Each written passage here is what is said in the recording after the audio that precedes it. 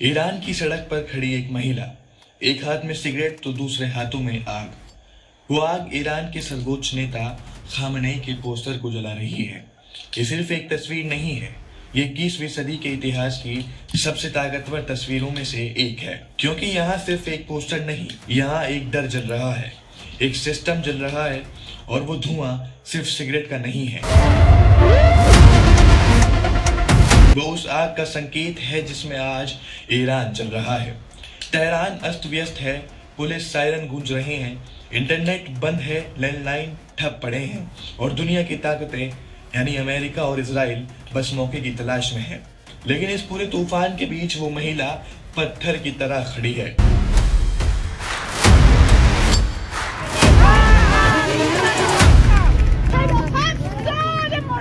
खुले बाल, कोई हिजाब नहीं, कोई नकाब नहीं। और ये बात इसीलिए अहम है क्योंकि इसी ईरान में 2022 में एक लड़की को सिर्फ इसीलिए मार दिया गया क्योंकि उसके कुछ बाल दिख गए थे। आज उसी देश में सुप्रीम लीडर का पोस्टर चल रहा है, वो पोस्टर जिसे देखना गुनाह था, छूना मौत की सजा थी। बिना एक शब्द बोले वो सिगरेट, वो धुआं या जलता पोस्टर ईरान की पूरी कहानी सुना देता है। एक ऐसी कहानी जो 47 सालों बाद एक बड़े बदलाव की तरफ बढ़ रही है। लेकिन सवाल ये है, आज ही क्यों या फिर अभी ही क्यों? आज ईरान क्यों चल रहा है? इंटरनेट क्यों काट दिया गया?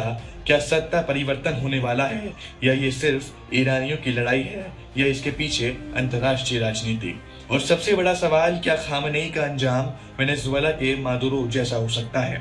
इन सवालों का जवाब एक लेयर में नहीं है। ईरान को समझने के लिए महाविश्लेषण चाहिए। इसीलिए अगर आपको सिर्फ हेडलाइंस चाहिए तो ये वीडियो आपके लिए नहीं है। लेकिन अगर आप खबर के पीछे की खबर समझना चाहते हैं तो चलिए शुरू करते हैं वहीं से जहां से ये आग भड़की थी। सितंबर 2022, वो मौत जिसने डर को मार दिया।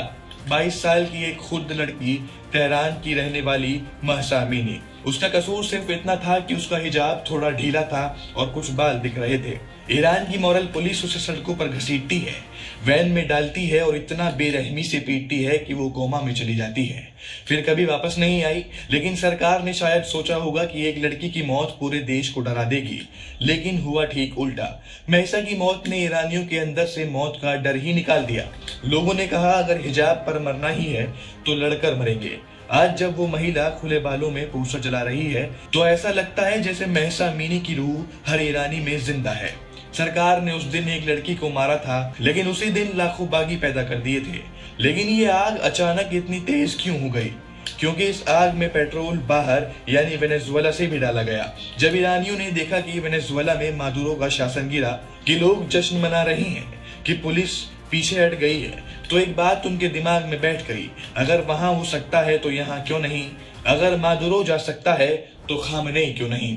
इसे कहते हैं मनोवैज्ञानिक जीत। जब लोगों को यकीन हो जाए कि पत्थर की दीवारें भी गिर सकती हैं। अमेरिका और इजराइल की जल्दबाजी क्यों?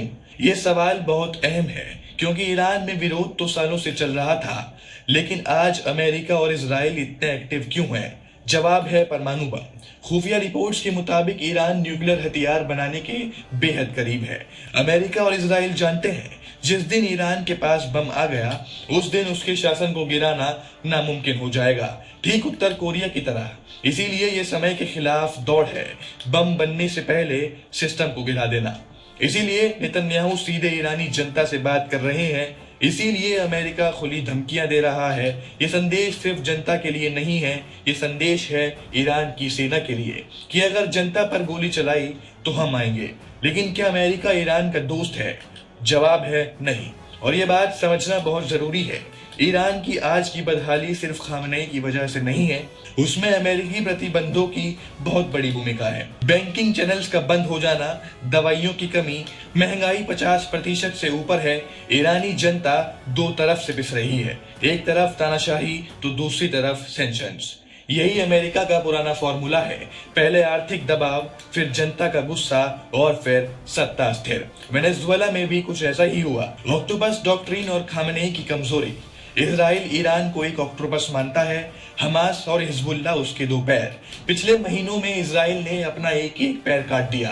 गाजा, लेबनान, तेहरान के अंदर ऑपरेशंस, और नतीजा ईरानी जनता ने देखा कि उनका सुप्रीम लीडर अपने ही दोस्तों को नहीं बचा पा रहा। राजा कमजोर दिखाई दिया और इतिहास गवाह है, जब राजा कमजोर दिखता है तो डर अपने आप खत्म हो जाता है। ईरान के सर्वोच्च नेता खामनेई 85 साल के हैं और बीमार भी हैं।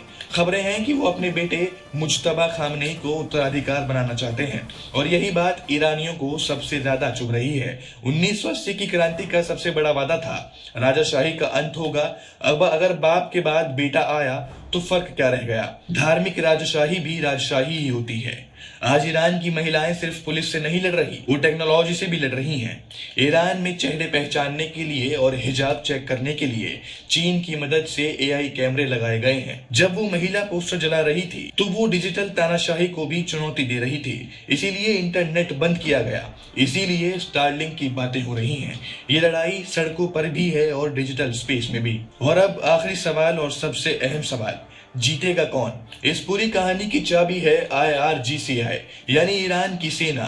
ये सिर्फ सेना नहीं है, ये एक वैचारिक और आर्थिक ताकत है। अगर सेना टूटती है तो सत्ता गिरेगी और अगर सेना साथ रही तो संघर्ष खूनी होगा। फिलहाल ईरान एक चौराहे पर खड़ा है, एक तरफ डरी हुई लेकिन हिंसक सत्ता, तो वहीं दूसरी तरफ डर खो चुकी जनता, और इनके बीच दुनिया की ताकतें, वो सिगरेट, वो धुआं, वो जलता पोस्टर, ये सब बता रहा है कि 47 साल पुरानी कहानी अब बदल रही है।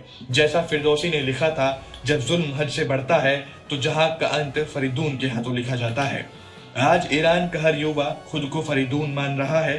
दुनिया की नजरें तेहरान पर हैं, क्योंकि यहाँ जो होगा वो सिर्फ ईरान की तकदीर नहीं बदलेगा, दुनिया की राजनीति भी बदलेगा। आप क्या सोचते हैं? क्या ये बदलाव आएगा या एक और कुचली हुई क्रांति होगी? कमेंट पे अपनी राय जरूर लिखिए।